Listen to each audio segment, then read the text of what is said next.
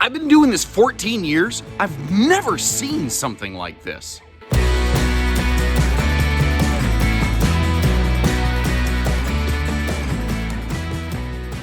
Welcome everybody, Josh the RV Nerd here with Bish's RV, laying my hands for the first time in full video format anyway, on this new 25 BHE Imagine, and this thing is kind of blowing my mind. I did a quick flyby of it in their 2023 sneak preview display, but like somehow this one just didn't register in my head. This is... it's a bunkhouse that has an awesome living room. Bunkhouses have a fundamental problem. They don't seat enough butts for the number of butts that they sleep. This one solves that issue, and it does it with a private rear true quad bunk with a middle cargo garage that like you could load a kayak right up the belly of this thing, and it does it all under 30 feet. A true private quad bunk that is potentially half-ton towable can be a difficult thing to find, and they're rewriting the rules here. They're just coming up with stuff off the top of their heads, and frankly, I'm here for it. I love this floor plan. I like this a lot. It does not have a private front bedroom, so that is a thing to consider, but by closing off and privatizing the rear bunks, I think some people might find that working. And the fact is, there's a lot of people like, listen, I need to sleep 3 or 4 individual children, and I'm trying to keep my length reasonable because my HOA doesn't let me park it somewhere. I'm trying to get into state parks, and I have like a 30-foot restriction. Tip to tail, tongue to bumper, maximum worst case scenario length under 30 feet. That is awesome. That is just awesome sauce. And the living room rocks. The kitchen is great. It's basically, if you look at it, it's their 22 MLE couples camper with a quad bunk slapped on the back of it. And as unceremonious as that sounds, that's exactly what this is. And it is, I think, really, really good. Let me know what you think about this one, what you like, what you dislike. It's certainly not without a couple little hitches in its giddy up here and there. I'm going to try to point some of those out as we go if I can rein myself in a little bit. I like this. I think this is going to be very popular. This is very cool. It's a unicorn. There's nothing else like it. Now, I've already kind of got the gist of this thing with our floor plan and a flash, so I want to start layering on some more details here. One of the things that I mentioned and I want to expand on is that bunkhouses have this fundamental glitch in the RV industry. They're fun. You sleep your family, you go and make memories, but the fact is, bunkhouses typically seat the fewest number of people, yet sleep the largest number of people. And that is a little bit of a logic gap that has always kind of made me go, that's weird. And but I get it because there's only so much space allowed. But if you're looking at a non-bunkhouse camper, the irony is that typically you can include far more seating despite the fact that it sleeps fewer people. Now, I think that there's something to be said for a lot of people don't go camping with their family to spend all day inside. But anybody who has ever had a rainy day stuck with the family in the camper, you know that sometimes you appreciate those extra little features. And if I was going to boil this RV down in a single word, it would be thoughtful. And saying only a single word about something is not something I do naturally, as you may have noticed. But like their dinette post is different. There's so many different little details on this. So it's a single post, so it's less of a knee knocker. There's less people fighting over space. But you see those little clamps on there? That is what actually secures the table so it doesn't wiggle jiggle all around all the time while you're in it. And it's actually got like a hydraulic sort of gas strut system, so that when you push down on that, you cinch it back down in place in sleeper mode, and that means that you have some structure and some port below you. There's also little details like the little shoe garage by the door. I'm a fan of those anytime I can get them, especially in a bunkhouse that can, I know that when, my family takes a trip, like we've all got our tennis shoes, depending on the kind of trip, we might have our water shoes. I'm sure somebody's got some sandals or flip-flops, like 3 people, 9 sets of shoes, and we're not even like hiking people. I could see that number going north pretty easily. Now, if I'm going to be fair, a couple things. The TV's mounted a little high. It is a TCL Roku Smart TV, though, which is kind of cool. I also really like the very clean look and execution they gave. If I get this smoky glass out of the way, you see how all of our controls and stuff they're kind of hidden away from obvious little hands, but they're not hard to access. And your remote control for like your stereo can penetrate through that little smoky glass, by the way. That's one of the kind of cool things about it. We've got blackout roller shades that you'll get to see demonstrated later in the video right here. We are carpetless. We are ventless flooring. So this is an extremely easy cleaning, pet-friendly, kid-friendly kind of camper right here. Now a point of consideration. The kitchen slide on this does not recess to floor level. That does mean that there is a little bit of a toe stubber there in front of the kitchen. That being said, what I would recommend for that is get a chance to review the RV in person before casting a whole lot of judgment on it, and you might be surprised. It might fit you just fine. You might find out, man, this is a bit of a backbreaker kind of situation. A few other thoughtful little details. They're still going heat and massage on the theater seating. A lot of manufacturers have phased that out. They're doing some USB Type-C plugs along with some traditional USB plugs, so you can always keep everything kind of powered up, charged up. Once again, just to kind of give you like a look at the full living room here, we're going to come back and take a look at the Murphy function.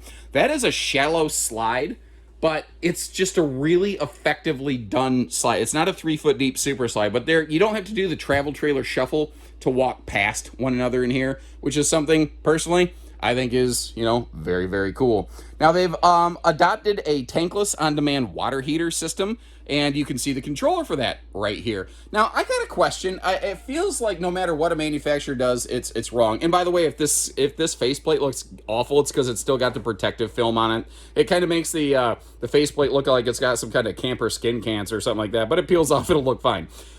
Water heater controls, should they be in the hall? Should they be like in the hallway? Should they be with the rest of the controls? Should they be in the bathroom? Should they be in the kitchen? What is the best place in your opinion for those things? Now they've gone with the rectangular shower. Elbow room is adequate. Ceiling height is adequate when you're over 6 foot like me. I did have to have my head in the bubble, as you may have noticed there.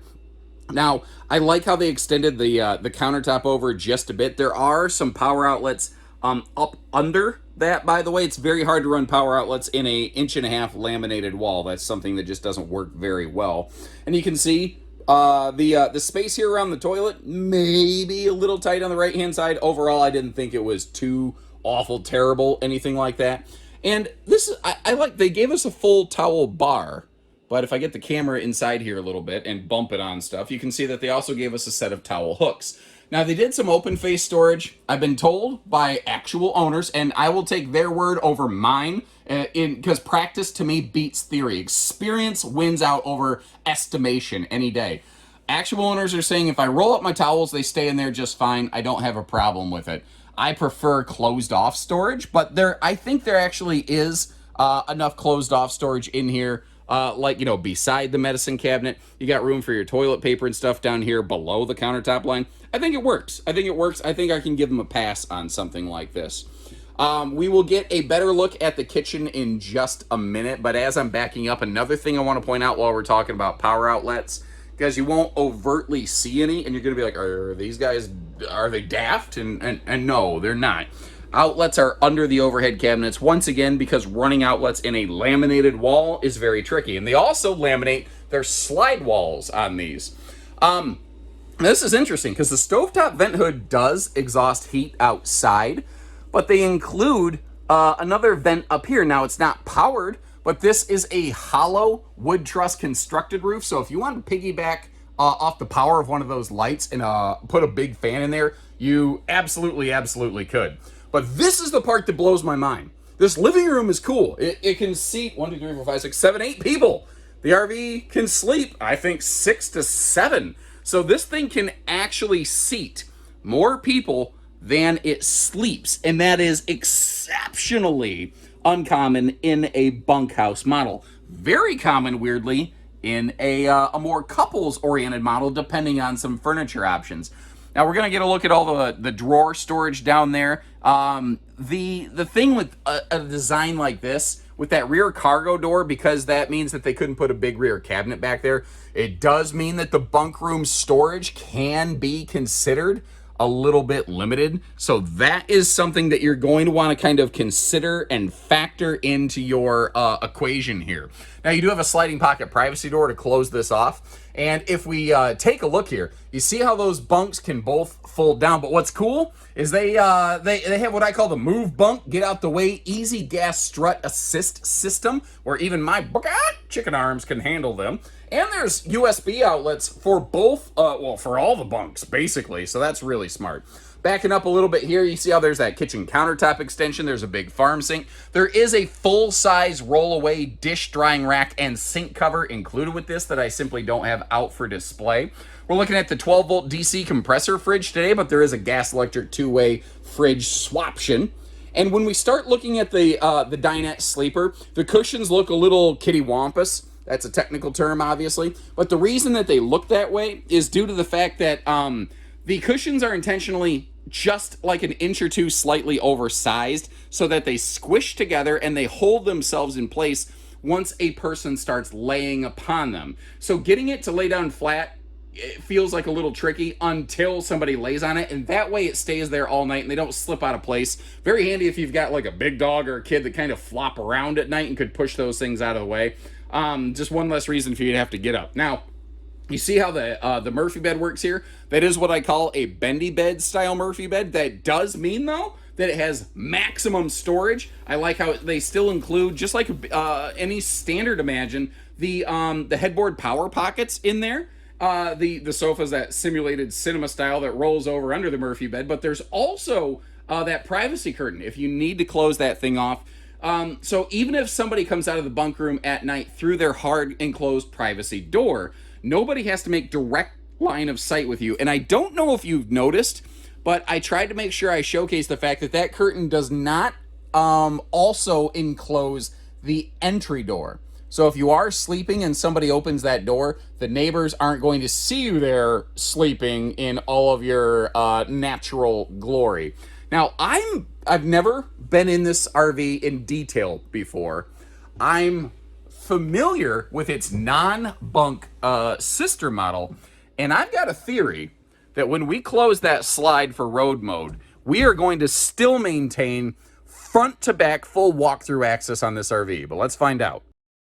And this ended up a lot closer than I thought. Now, first of all, you saw the upper bed USB outlets, but I mentioned how all of them have USB outlets. There you go. Now, on the bottom left, there's a second black thing. That's a switch for the ceiling lights in the bedroom, or bunk room, rather, so that parents can go, lights out, kids, but each kid does still maintain their own individual bunk. Now, I'm kind of glad this is a shallow slide.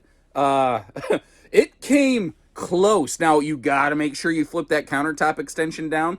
But what I have to do here is I have to go sideways and do, you know, like when Indiana Jones is sliding along a really thin ledge on like the side of a mountain. You got to do that. But just like you saw right there, the fact is I can get through this thing. I'm going to swing you down and to the right slowly. I want you to know so you don't get motion sick. But I want you to see that there's clearly access to the bathroom in here. No question about that whatsoever. So again, from the entry door, you can get to the bathroom, to the kitchen, all the way back. The one major feature I noticed you losing out on in transit on this one was the front bed. And just to kind of help demonstrate that, if I get the simulated thing out of the way, this rolls over. By the way, you can see it's not real hard to do, and I'm going to be careful so I don't smash up the slide fascia. But the fact is, this one just unfortunately does lose the sleeping function of the front bed in transit. Now, here's a thought. Depending on how many people are in your family, you may be able to get by for an overnight travel stayover by using the bunks. Maybe you've only got one or two kids. Maybe that fourth and third bed back there can allow you to be able to sleep overnight somewhere. I don't know. It's just a theory, just an estimation.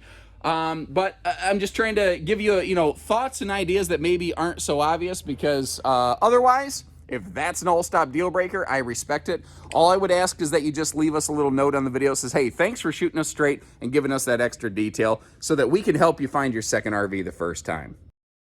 Now, you may have noticed a little different backdrop, like we got a helicopter attached to the ceiling there, apparently. Grand Design actually invited me down and brought a bunch of these Imagines in. At this point, you've probably seen where I've released a few of these other videos and you know what's going on. But we might hear a little background noise every now and then. That happens from time to time. Taking a look at the weights and the measures there, I do think like late model tow package, properly equipped half tons could make a good fit for this, because again, it is under 30 feet. We've got those better Goodyear tires riding on this thing. It's TPMS prepped as well, and this is a member of the XLS series, which obviously means extra large small. I think I've covered that before, but it doesn't have the full candy coated nose cap of Big Papa Bear Imagine. This is Mama Bear in the middle before you get down to Baby Bear AIM series. What's very cool about these, though, is how consistent they are. There's not a great number of differences between them. Up front here, though, we do have that painted aluminum nose sweep. Now, that's 2/3 thicker than the average aluminum skin on the sidewall of a stick and tin camper. The idea there being stone deflection resistance, wind buffeting resistance. They have I think a pretty good size pass-through for a Murphy bed model. That's actually one of the benefits of a bendy bed style Murphy bed, is it does allow for a little bit better outside storage as compared to like a Rockwood style flip up down one piece kind of Murphy bed. There's advantages and disadvantages both ways. Every RV's greatest asset is also its greatest liability. It's funny like that. Like Imagines include a lot of nice features, like just a giant. They're awesome about putting maximum size awnings. Every floor plan, they put the biggest awning on it they can. Like you see the center support in that sucker holding it up there.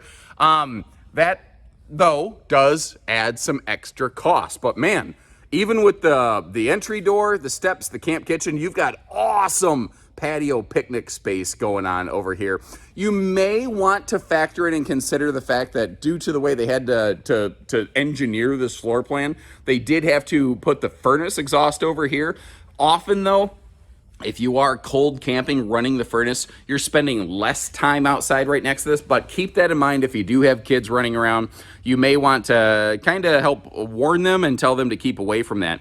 Again, we got those Goodyear radials standard on here, and Imagine is TPMS prepped, where Big Brother Reflection is TPMS standard included. Their little camp kitchenette or cooking station or convenience center, whatever you want to call it, because this one doesn't have a sink. Some people don't want to call it a camp kitchen. That's fine. Comes with that extra large capital griddle over there.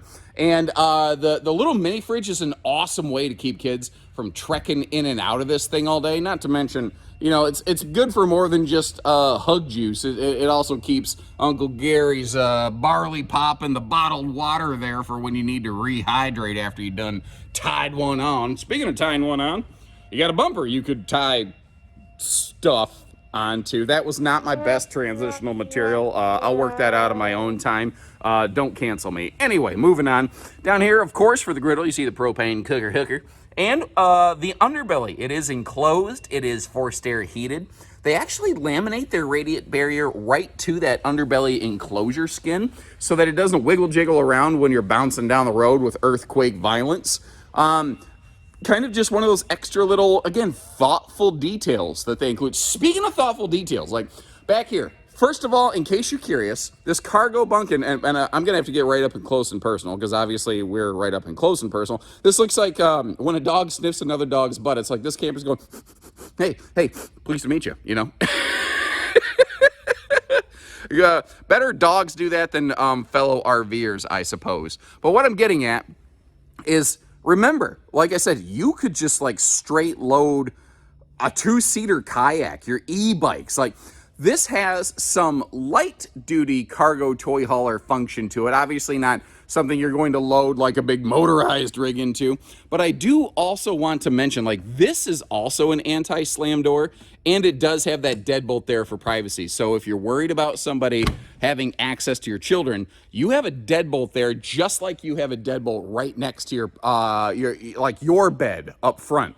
So hopefully that brings you a little bit of peace of mind there.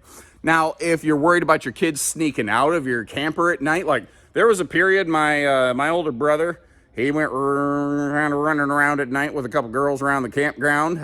You know, he apparently just had that charming appeal to him when he was a younger lad. He would argue that he still does and never lost it. I would argue to the opposite, but neither here nor there. I think that's just a little bit of brotherly love, though, talking. This would not be the right camper for you, is what I'm saying. Once again, I try to be fair. I try to be real about stuff. Another good feature that I noticed, it is a single sewer outlet. Even though the bathroom is right above the wheels, they did find a way to kind of plumb everything together and hook it together. Now, one other thing I wanted to point out here, the stovetop vent hood does exhaust heat out of this RV. I've had a couple people question me on that recently, and I'm not sure why. That has suddenly become a question people have on Imagines, but you know, if you had that question and you're watching this, there you go, myth busted. And they do a kind of a cool job including it's a simple but privatized docking center in here, so you can keep all your cables and everything hooked up and out of the way. The only downside to how they're doing this here is because your docking center is all the way at the front of the RV, and you saw the motion lighting there. Most of the park hookups are way in that back driver's side corner, so you may want to bring electrical and like water extension cords, but frankly, bringing an extension for your sewer, water, and electric is always a good idea. I hope you don't need them, but if you need them, I hope you got them. Now, in my haste to move on to the next RV to record in my daily schedule here, I realized I forgot to talk about the roof of this 25 BHE coming into frame right here, and I'm looking at the bags under my eyes. I'm a little tired. I did a lot of RV recording yesterday. Didn't sleep well last night, but I am looking more like my grandfather every day. Bags under the eyes, a lack of, follicle achievement up here. Anyway, enough about my life. Obviously, there's a ladder to get you up to the roof, and there's three things I want to kind of mention up here. One being the ladder itself. Two, it's walkable, so four things. There's obviously that roof solar panel. It's currently 165 watts.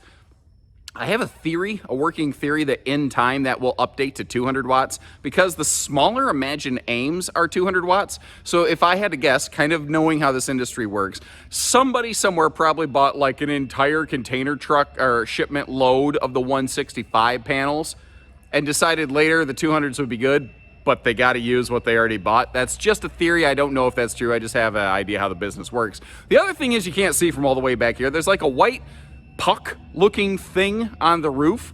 That's a roof attic vent. So when the sun's beating down on this thing, which first of all, the fact that it's a white skin will organically shed a ton of heat. And the fact that it doesn't have a windshield, even with that black nose cap, will keep the sun from baking what's left of my hair off of my head, you know? But that white puck will also allow all that roof construction to breathe out the hot air, so it's not baking the centrally ducted air vents, so you stay cooler more easily. Now, just last night, I was going through some comments, and somebody told me they had an Imagine 2600 RB. They camp in Florida and Texas in the summer, and were successfully able to keep that cool. Now, that's one person's input. I don't know the full details of that. Evidently, what they're doing with the roof attic venting, the radiant layer bearing, and all those other things appears to be working. Now, someone might ask, can you get a second air conditioner on this one? To my knowledge, you cannot. That only starts to become available once the Imagine model numbers become 28 and up. I don't believe that's available here. So let me know what you think of it. Kind of like I mentioned a few times, like, there's other quad bunks. There's other living rooms like this. I've never seen another camper exactly like this. I have a feeling, though, like the Black Eyed Peas, I got a feeling that they're going to get copied pretty hard on this one. Wouldn't be the first time somebody copied off Grand Design's test, but to be fair, every manufacturer copies from everybody else. Even Grand Design takes some inspiration from other people every now and then. That's called RV R&D. It doesn't typically mean research and develop. It often means rip off and duplicate. Now, I'll leave you a link in the video description where you can check to see if we have any of these in stock yet, because it's a new model. It may not have started rolling out at the time this filming rolls out, and it might be popular. True, time will be the testament to that. We might be sold out at some point. If we have them in stock, it'll be on our website. We try to keep MSRP listed, but that is all Grand Design lets us do. They don't let us publish a discounted sale price that we definitely do offer, by the way. That's just a company policy that they have. So when you're ready, we're ready. Whether you're curious or serious, click on through. And if you need a little more information, we don't need your grandmother's blood type to be able to do that. Take care, stay safe, have fun, and happy camping, everyone.